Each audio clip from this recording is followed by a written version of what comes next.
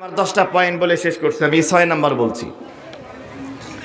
রাসূল হাদিসের মধ্যে বলেন, বাবানি মুআজ্জালানি উকুবাতুহুমা ফিদ দুনিয়া, দুইটা পাপ এমন আছে, বাবানি মুআজ্জালানি উকুবাতুহুমা ফিদ দুনিয়া, এমন দুইটা পাপ আছে এর শাস্তি আল্লাহ কবরে দেবেন না, মিজানে ফুলসিরাতে দেবেন না, এর শাস্তি আল্লাহ দুনিয়াতেই দেবেন। 1 নাম্বার হলো আল বাগিও, যারা জুলুম করে। 2 নাম্বার ওয়া উকুকুল ওয়ালিদাইন, কোন সন্তান যদি বাবা মার সাথে খারাপ ব্যবহার করে, অবাধ্য আচরণ করে, এই জালিম এবং অবাধ্য সন্তানের বিচার আল্লাহ দুনিয়াতেই করবেন। আচ্ছা বলেন তো, যুগে যুগে জালিমদের বিচার আপনারা দেখেছেন কি দেখেন নাই? আমার ভাইরা, এরপরে 7 নম্বরে যারা জুলুমের সহযোগী হয়ে যায়, জালিমের সহযোগী হয়ে যায়, তারাও জালিম। এখন অনেকে সুর পাল্টাচ্ছে, হুজুর নেত্রী জালিম জুলুম করেছে, আমরা তো জুলুম করি নাই, এরকম অনেকে বলছে কি বলছে না। আমি তরফসাদিবাসীর কাছে বলতে চাই, আপনি যখন 10 লিখবেন, 10 লেখার মাধ্যমে বলেন তো 10-এর মধ্যে আরো কয়টা সংখ্যা আছে? আরো কিন্তু 9টা সংখ্যা আছে। 1 থেকে 9 পর্যন্ত যদি না থাকতো 10 কোনোদিন 10 হতে পারতো না। ঠিক একইভাবে ওয়ার্ড থেকে, ইউনিয়ন থেকে, উপজেলা থেকে, জেলা থেকে ওই স্বৈরাচারের উত্তরসূরিরা, স্বৈরাচারের দলের লোকেরা যদি তাকে সাপোর্ট না দিত, সে জুলুম করতে পারতো না। কথা বলেন ঠিক কিনা? আমার ভাইরা, 8 নম্বরে সব থেকে মজার পয়েন্ট হলো 8 নাম্বার, জালিমদের তওবা আল্লাহ কিন্তু কবুল করে না।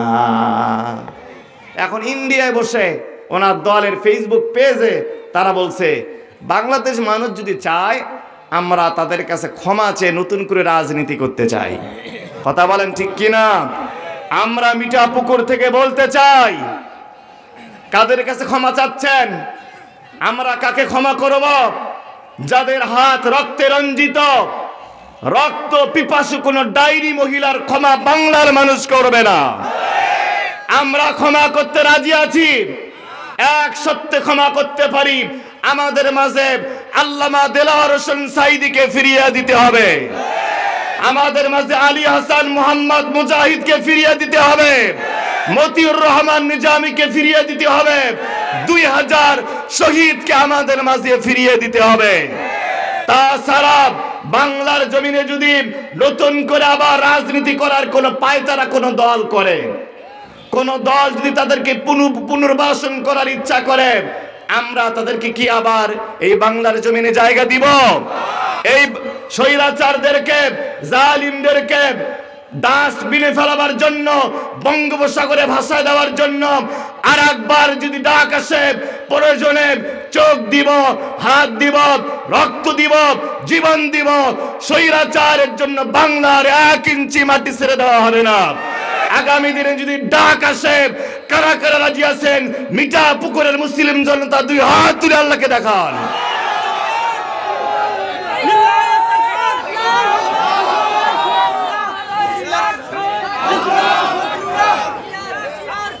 আমার ভাইরা, একটু ফেরাউনের দিকে তাকান। আল্লাহ বলেন, হাত্তা ইজা আদালাকা হলো গরাক। ফেরাউন যখন, গরাকুন শব্দের অর্থ হলো ডুবে যাওয়া, যখন সে একবার ডোবে আর ভাসে লোহিত সাগরে, সে বলতেছে, আমানতু, ঈমান আনলাম, লা ইলাহা ইল্লাল্লাহ, কোনো মাবুদ নাই, আমানতু বিহি বানু ইসরাঈল ওয়া আনা মিনাল মুসলিমিন। মুসার উম্মতেরা, বানি ইসরাঈলের লোকেরা যেই খোদাকে রব মানে, আমিও ওই খোদার উপর ঈমান আনলাম। দেখেন, বানর কিন্তু বুড়া হলেও গাছে ওঠে। হে সরাসরি বলতে পারতো না আল্লাহর উপর ঈমান আনলাম? হে বলতেছে, মুসার উম্মতেরা, বনি ইসরাঈলরা যাকে খোদা মানে, আমিও তাকে খোদা মানি। দেখেন, বাসেটা ফেরাউনের মেয়ের দাসী চুল আশ্রয় দিত, ফেরাউনের বাড়িতে কাজ করত। হঠাৎ করে চিরুটিটা একদিন পড়ে গেছে, বিসমিল্লাহ বলে উঠাইছে। ফেরাউনের মেয়ে বলতেছে, তুমি কার নাম নিলা? বাসেটা বলছে, তোমার, তোমার বাবার, আমার, আসমান জমিনের যিনি সৃষ্টিকর্তা, আমি সেই আল্লাহকে বিশ্বাস করি। সুবহানাল্লাহ বলবেন না? একটা কাজের মেয়ের ঈমান দেখেন। আমার মা বোনেরা, আমার বড় ভাই ইমরুল ভাই বলেছেন, পর্দার আড়ালে সিল দেওয়ার সময় আপনাকে একটা শাড়ি কাপড় আর একটা আপনার 3 পিস দিলে যেন আবার এই কথা ভুলে যায়েন না। কথা বলেন ঠিক কিনা? বাসে তার ইমান দেখেন। বাসে তা বলল তোমার বাবার রব যিনি তিনি আমারও রব। বলেন না সুবহানাল্লাহ। ফেরাউন ডাকলো, বললো কি সমস্যা তোমার? আমার কেন খোদা মানো? আমার বাড়িতে খাও, আমার কাপড় পরো, আমার বাড়িতে ঘুমাও, আমার রব মানতে তোমার সমস্যা কোথায়? বাদশা বলছে আমারে মাফ করবেন, যে খোদা নিজের নাকটা ঠিক মতো বানাতে পারে না এমন বেকুব কোনোদিন আমার খোদা হতে পারে না।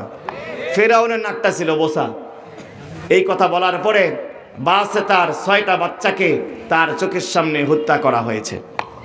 সর্বশেষ ছোট্ট বাচ্চা, জন্মের কয়েকদিন মাত্র বয়স হয়েছে, লোহার কড়াইয়ের মধ্যে তেল গরম করা হয়েছে, বাচ্চাটাকে ফেলে দেওয়া হয়েছে। আমার মা বোন যারা আছেন, বাসে তার ইমান কত কঠিন ছিল, বাসে তার কলিজাটা একটু নরম হচ্ছে, যেহেতু মা 6টা বাচ্চা মারা গেছে, 7ম নাম্বার বাচ্চাটা তেলের কড়াইয়ের মধ্যে ভাসতেছে। পৃথিবীর ইতিহাস 4টা বাচ্চা জন্মের কিছুদিন পরেই কথা বলেছে। ঈসা আলাইহিস সালাম জুরাইজের সাক্ষী, ইউসুফ আলাইহিস সালামের সাক্ষী, আর বাসে তার মেয়ে কড়াইয়ের মধ্যে ভাজা হচ্ছে। এমন সময় ওই মেয়ের জবান আল্লাহ খুলে দিয়েছেন। মেয়েটা বলছে ইয়া উম্মি ইসবির আলা মাকানিকা ইসবির আলা জালিকা ইন্নামা ওয়াদাকুমুল জান্নাহ। আমার মা, টেনশন করবেন না, ধৈর্য ধরেন, আমি তো কড়াইয়ের মধ্যে নেই, আমি জান্নাতের মধ্যে বসবাস করছি। বাদশা ফেরাউনকে বলল আমাকেও তুমি মেরে ফেলবা, আমি জানি। আমাকে শহীদ করার পর 6 জন আমরা 7 জনকে একই কবরে দাফন করবা। ফেরাউন তাই করলো। নবীজি মেরাজে যাচ্ছেন, বাইতুল মুকদ্দাস পার হয়ে তিনি এখন আসমানে যাবেন। এমন সময় নবীজির নাকের মধ্যে জান্নাতের ঘেরান আসতেছে। সুবহানাল্লাহ বলবেন না? রাসূল বলছেন জিবরাইল, আমরা কি জান্নাতে ঢুকেছি নাকি? আমার নাকের মধ্যে জান্নাতের ঘেরান পাচ্ছি। জিবরাইল বলছে কোশ্চিন কালেও সম্ভব নয়, আমরা কেবল বাইতুল মুকদ্দাসে আছি। প্রথম আসমান, দ্বিতীয়, তৃতীয়, চতুর্থ, পঞ্চম, ষষ্ঠ, সপ্তম, সিদরাতুল মুনতাহা, আলমে জাবারুত, আলমে মালাকুত, লাওহে মাহফুজ, আল্লাহর আরশের নিচে সাগর, এরপরে না জান্নাত। রাসূলের নাক কি কোনোদিন মিথ্যা কিছু শুনতে পারে?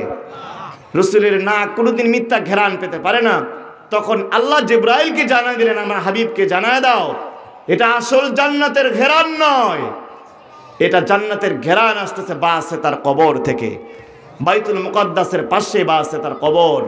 আমরা বিশ্বাস করি জুলাই আগস্টে আমার যে সমস্ত ভাই বোনেরা এই স্বৈরাচারের হাত থেকে বাংলাদেশকে রক্ষা করার জন্য জীবন দিয়েছে, তাদের কবরের মধ্যেও আল্লাহ জান্নাতের ঘেরান দিয়েছেন ইনশাআল্লাহ।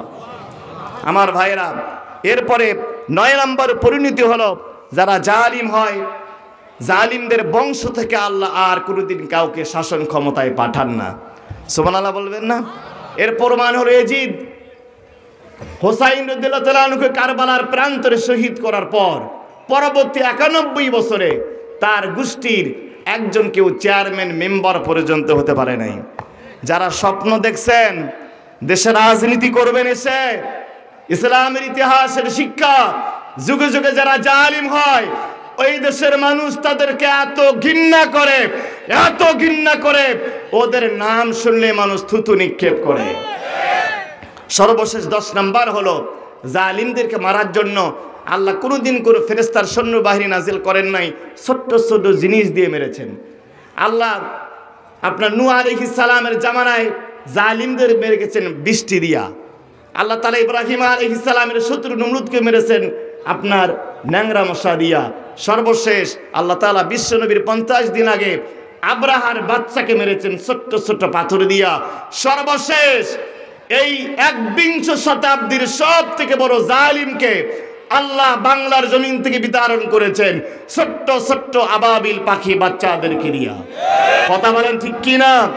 আমি এই স্বাধীনতার মাসে, বিজয় দিবসের মাসে আমি যে আয়াতটা তেলাওয়াত করেছি, কোরআন বিজয়ের আয়াত, আমি আজকে মিঠাপুকুরবাসীকে বলতে চাই, যেই তারুণ্য, যেই ইয়াং জেনারেশন জীবন দিয়ে বাংলার স্বাধীনতাকে তারা ছিনিয়ে এনেছে, আর একবার জাগতে হবে, আর একবার তারুণ্যকে জেগে উঠতে হবে, বাংলাদেশের অবাল বিরুদ্ধে জাগতে হবে।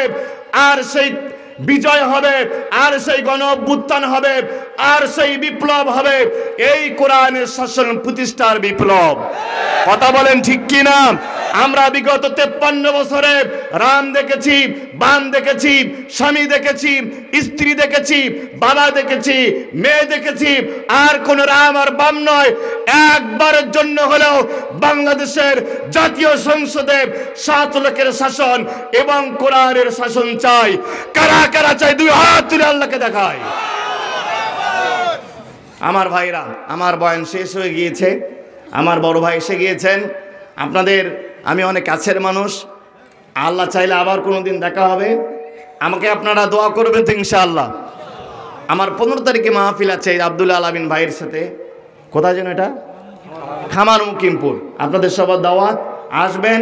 আল্লাহ আমাদের সবাইকে কথাগুলো সবার আগে আমাকে, তারপর সবাইকে আমল করার তৌফিক দান করুন। আমিন। আসসালামু আলাইকুম ওয়া রাহমাতুল্লাহি ওয়া বারাকাতুহু। ভাই